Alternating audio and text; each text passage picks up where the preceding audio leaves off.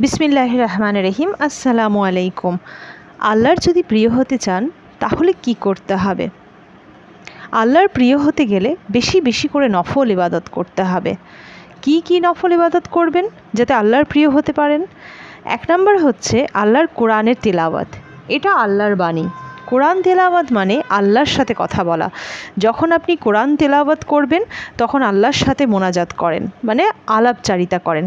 ২ হচ্ছে তাহাজ্জুদের নামাজ বা কিয়ামুল লাইল। ২ রাকাত করে রাতের শেষ ভাগে যে নামাজ, সেই নামাজটাই হচ্ছে তাহাজ্জুদের নামাজ এবং খুব গুরুত্বপূর্ণ একটি নফল ইবাদত। তাই ইনশাআল্লাহ আমরা সকলেই চেষ্টা করব যাতে আল্লাহ আমাদেরকে সে তৌফিক দেয়। ৩ নম্বর হচ্ছে বেশি বেশি করে আল্লাহর কাছে চাওয়া, অর্থাৎ দোয়া করা। নবী সাল্লাল্লাহু আলাইহি ওয়াসাল্লাম বলেছেন, দোয়া হচ্ছে ইবাদতের নির্যাস।